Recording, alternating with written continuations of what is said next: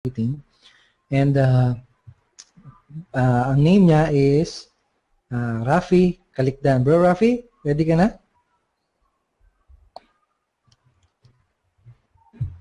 Yes. Yun. I'm live. Sige nga. Try mo ulit. Hello. Medyo mahina. Hello. Yan. Hindi kita yung video mo? Kita. Kita ka ba? Kita niyo siya, guys? Bro Raf, hindi siya kita. Yung video mo and yung video natin is medyo Yung video ko hindi kita. hindi. Bro.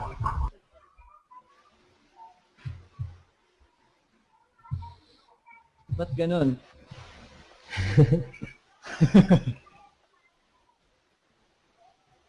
Ayan, ano lang. Icon lang lumalabas sa'yo. Pero anyway, okay lang yan. Yan. Wala. Wala eh. Wala, bro. Gusto pa naman namin makita yung kagwapuhan mo. Oo. Gwapo mo pa naman. Okay naman sa akin. Okay. Sige, okay lang yan. Siguro ganun lang din bro. Pwede bang ikwento kung ano yung background mo? Kung ano yung background mo before ka mag-ignition marketing o before ka pumasok sa ganitong klaseng industry? Okay. Icon na lang. Hindi ko maganda yung ano. Yan. So, una sa lahat, good evening sa mga attendees natin. At I hope ay may na-share kaming maganda sa inyo ngayon at I hope ay na-excite pati yung mga members natin nag-join dito sa ating webinar. At to give you a background about myself, taga Baguio ako, tapos ang mga magulang ko hindi naman mayaman kasi nanay ko is elementary school teacher. Tapos yung tatay ko is self-employed. So, nung kabataan ko, nagda-drive siya ng tricycle. Tapos yun, ngayon, 60 plus na si Papa pero nag-work pa rin siya as parang barangay secretary dun sa Pangasinan. So, si Mama, wala na siya. Tapos, lumaki kami ng mga kuya ko at saka yung youngest na kapatid ko sa, kay Mama. Which is talagang ramdam na ramdam namin yung hirap nun kasi nga mag-isa niya lang nagpo-provide sa amin eh. Si Papa kasi nandun sa Pangasinan. So si Mama pinagkakasya niya yung income niya para mapalaki kami ng tama. So lumaki ako na parang gusto ko agad maging independent. So pagdating ng college naging scholar ako nung college, tapos yung allowance ko kinukuha ko sa pagkanta sa gabi. So doon talaga ako nag-start talaga na kumakanta-kanta nung nag-glee club na ako kasi yun yung scholarship ko. Tapos undergrad ako ng Electronics Communications Engineering. So huminto ako ng 4th year, tapos pumunta ako dito sa Manila, nakikipagsapalaran dahil sa passion ko for music.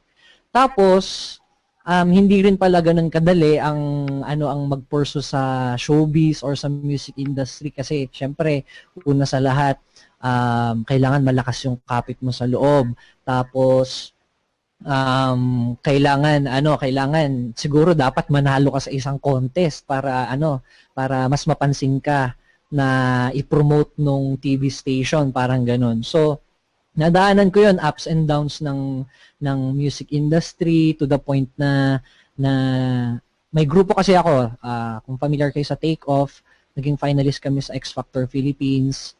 Yan, tapos dumating sa point na parang dadalawa na lang kami nun. Tapos, yun, tinuloy-tuloy pa rin namin hanggang sa dumating na yung point na hindi na masigla yung karir ng pagkanta. Saka, ayun. So, tumatanda na ako, syempre pag ang magulang mo, wala namang background sa business, malamang ikaw, wala kang magiging alam tungkol sa business. Tama, di ba? So, ang maganda ngayon sa era na to is nagiging aware na tayo sa mga business kagaya ng mga network marketing, mga MLM, na makakapag-start ka ng business mo sa mababang puhunan, parang ganun. So, namulat ako sa MLM noong 2011, tapos hindi ako naging successful dun sa unang company, tapos nagtry ako ng online opportunity naman, dun ko na nakilala sila Edward, tsaka biglang nag-offline ulit. So, ang journey ko sa pagiging businessman, sa pagiging entrepreneur, hindi rin ganoon ka smooth. Kumbaga, yung years na spend ko doon is parang learning experience ba, 'di ba? Kasi wala namang instant sa buhay eh. Lalo kung tingin mo worth it yung something, hindi siya magiging madaling makukuha. So, kung ano man yung na-achieve ko ngayon is siguro produkto siya ng mga hirap na naranasan ko before, hanggang sa naipon na, hanggang sa parang ready na ako para gawin ito. So, yun. From offline, bumalik na ako sa online tapos ito, ginagawa ko yung Ignition Marketing. Tapos sobrang saya talaga, as in, na parang masasabi ko sa inyong lahat na nandito ngayon is it is one of the best decisions na ginawa ko. Nice. Kasi una sa lahat, hindi pa aware ang mga Pilipino about sa power of the internet. Mm-hmm. Sobrang powerful niya. Isang patunay yan, si Edward Reformina, di ba? Undergraduate siya, hindi naman siya lumaki sa mayamang pamilya, mga pamilya ng business, hindi naman ganun eh. So, sinusundan ko lang yung yapak niya, tapos, yun, ang saya kasi, yung hirap pala, pag nilagay mo sa tamang opportunity, talagang aani ka. Di ba? Kung ano yung tinanim mo, yun yung aanihin mo, parang ganun. So, kung tinanim mo siya sa magandang opportunity, yung aanihin mo, sobrang ganda rin. Parang ganun. So, can you share with us kung, gano'n ka nakatagal dito bro, sa Ignition Marketing? 45 days na rin ba? Oo, kasama ako sa simula nung Ignition Marketing nung August 27. Tapos, syempre, nung nakita ko yung video presentation, talagang grabe to. Sobrang revolutionary, tapos paulit-ulit kong pinapanood. Pati yung compensation plan, paulit-ulit kong pinapanood. Hanggang sa ready na ako i-share sa mga tao, confident na akong i-share sa mga tao. So, ganun lang din naman eh. Sa kahit na anong business, kailangan maging confident ka sa pinopromote mo. Kailangan yung belief level mo dun sa pinopromote mo is to the maximum level para yung resulta mo, yung sincerity mo sa pag-share ng opportunity mo, ng product mo, ng offer mo is to the maximum level din. Parang ganun. So, dun sa 45 days na yun, magkano na yung income na kinita mo? Gamit yung system natin. Yan. In 45 days, so far ang kinita ko is 120,400. Wow. Hanep. Congrats. Grabe, no? Pwede bang i-share, paano mo ginagawa? Basically, paano mo, in a simplified way, in a simplified explanation, paano mo ginagawa yung business? Okay. Una sa lahat, pag gusto mong maging online entrepreneur, kailangan namnamin mo, kailangan dibdibin mo na kaya kang tulungan ng internet para mag-succeed. Okay? Dito kasi sa affiliate marketing, kagaya ng Ignition Marketing, it's affiliate marketing. So, wala kang upline, walang ganun. Walang upline, walang team, parang ganun.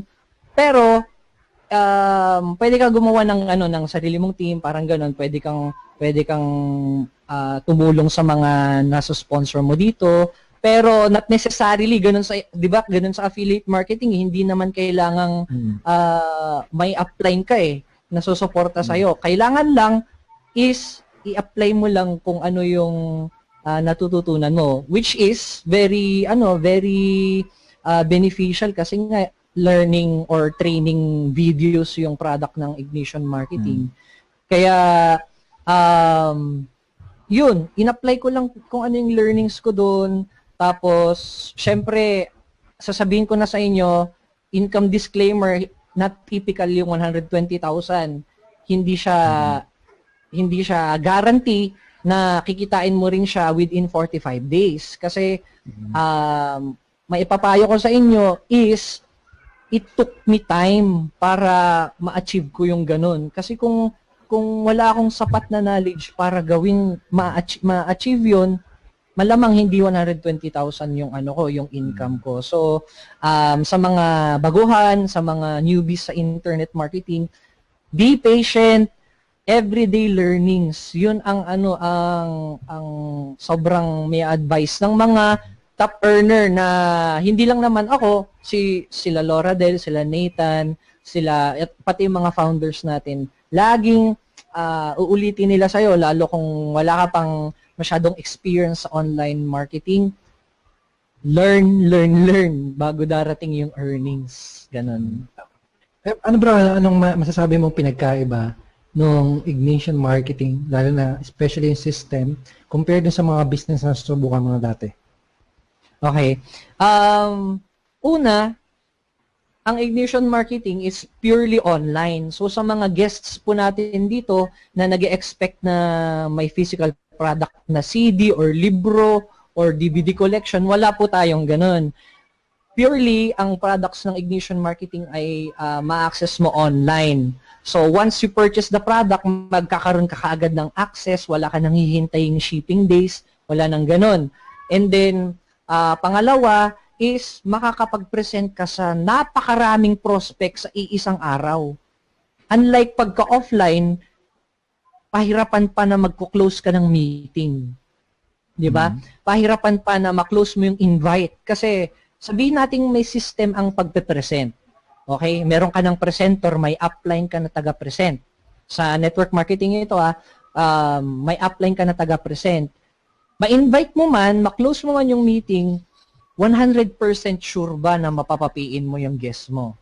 So, yun yung kaibahan dito sa Ignition Marketing na pwede kang mag-present sa 100 na tao, sa 1,000 tao, sa isang araw lang.